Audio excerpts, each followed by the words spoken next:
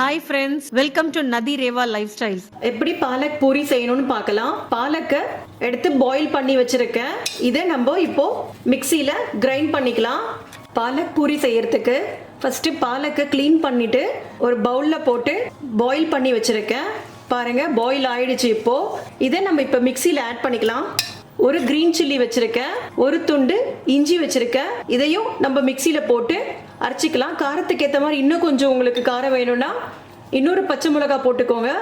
இப்போ இதை நல்லா அரைச்சிடலாம். அந்த பாலக்கை நல்லா நைஸா கிரைண்ட் பண்ணியாச்சு. இதுல 2 கப்ஸ் வீட் ஃப்ளோர் போடலாம். இப்போ ஒரு கப் போடுறேன், செகண்ட் கப் ஆட் பண்றேன். உப்பு தேவையான அளவு, சீரகம் 1/2 ஸ்பூன், பெருங்காயத்தூள் 1/4 ஸ்பூன். இப்போ இது நல்லா மிக்ஸ் கொடுத்துக்கலாம். தண்ணி எதுவும் ஊற்ற வேண்டாம். நம்ம கிரைண்ட் பண்ணும் போதே கொஞ்சம் தண்ணி இருக்கும்.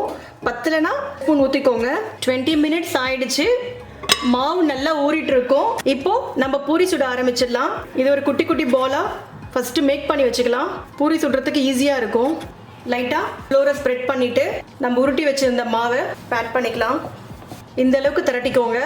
இப்போ ஒரு பிளேட்ல வச்சுக்கலாம். இந்த மாதிரி எல்லா பூரியும் திரட்டி வச்சுக்கலாம். ஃபர்ஸ்ட் ஒரு கடாயில் ஆயில் வச்சிருக்கேன். நம்ம ஆயில் நல்லா ஹீட்டாக இருக்கும் போது தான் பூரி சுடணும். அப்போ தான் நல்லா குண்டாக வரும். இப்போ நல்லா ஹீட் ஆகிடுச்சு. இந்த டைமில் நம்ம சுட ஆரம்பிக்கலாம். இந்த மாதிரி பூரியை அழுத்தி விடுங்க. பாருங்கள் எவ்வளோ நல்லா குண்டாக வந்திருக்கு. பூரி வெந்துடுச்சு. இப்போ இதை நம்ம எடுத்துடலாம். அதே மாதிரி எல்லா பூரியும் போட்டு எடுத்துடலாம்.